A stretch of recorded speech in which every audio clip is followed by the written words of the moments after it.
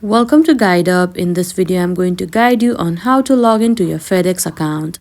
If you don't have the application, make sure to get one from your app store. Here you can see I already have the application, so let's hop in the app. Now you will be led to this kind of interface, and at the top side at the right you can see settings icon. Tap on that, or else you can simply see the option login. You can tap on that.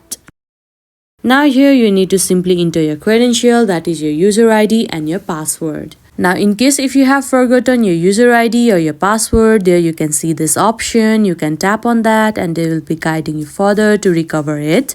If you haven't signed up for your account, then you can tap on sign up and then create your FedEx account. Now after you are done entering a credential, you can simply tap on login. And now you can see that you are logged into your FedEx account. I hope you found this video helpful. Don't forget to like this video and subscribe our channel Guide Up. Thank you.